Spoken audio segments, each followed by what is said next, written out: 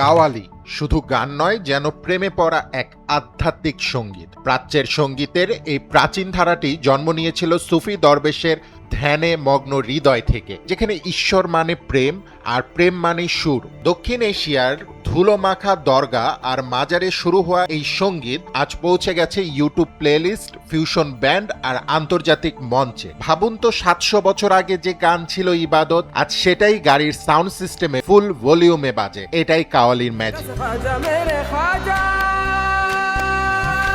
1300 শতকে ভারত পাকিস্তান অঞ্চলে কাওয়ালির আবির্ভাব। সুফি সাধকেরা তখন পুঁথি নয়, পীরের কাছ থেকে শিক্ষা নিতেন। গান হতো ঈশ্বরের সঙ্গে ব্যক্তিগত আলাপের মতো।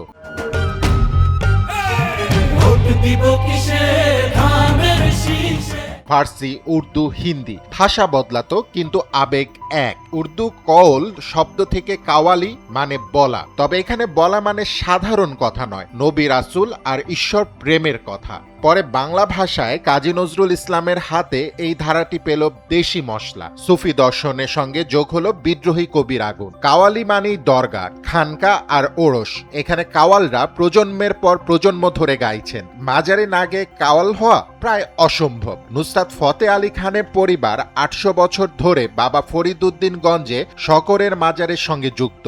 নতুন গান লেখার আগে আজও অনুমতি নেওয়া হয়। আধুনিকতার মাঝেও এই রিচুয়াল একদম সিরিয়াল স্টাইল পারিবারিক ঐতিহ্য।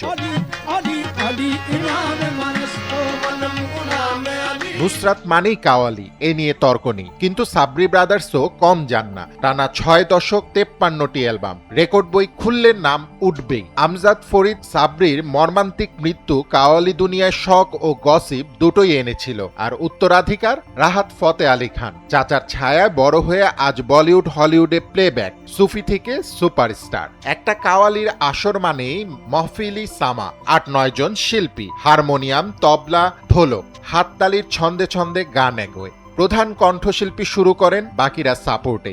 একই লাইন বারবার, যেন মন্ত্র। গান ছোট, ভুলে যান। 15 মিনিট ন্যূনতম। আজিজ মিয়া কাওয়ালের এক গান তো 2 ঘন্টা। নেটফ্লিক্স সিরিজও লজ্জা পাবে। এক সময় নারীদের কাওয়ালি গাওয়া নিষিদ্ধ ছিল, আজ নুরান সিস্টার্স মঞ্চ কাঁপাচ্ছেন। আমির খসরু বাদ্যযন্ত্র ঢুকিয়ে কাওয়ালিকে প্রথাবদ্ধ করেছিলেন, আর আজ rock, guitar, drum, fusion. Imran Mia কাওয়ালের কাওয়ালিস্তান প্রজেক্ট প্রমাণ করেছে কাওয়ালি বুড়ো নয়, বরং স্টাইলিশলি এইজিং। সবচেয়ে মজার কথা, কাওয়ালি কারা শোনেন? ফরিদ আওয়াজ বলেন, কাওয়ালি শুনলে আপনি আর ডাক্তার ইঞ্জিনিয়ার নন, আপনি একজন সুফি। এখানেই কাওয়ালের আসল ভাইরাল শক্তি। এটি গান নয়, অভিজ্ঞতা, প্রেম, দর্শক, গসিপ, ইতিহাস সব একসঙ্গে। কাওয়ালি তো শুধু শোনা হয় না, ডুবে গিয়ে অনুভব করা হয়। ফুয়াদ রুহানি খান, NPB।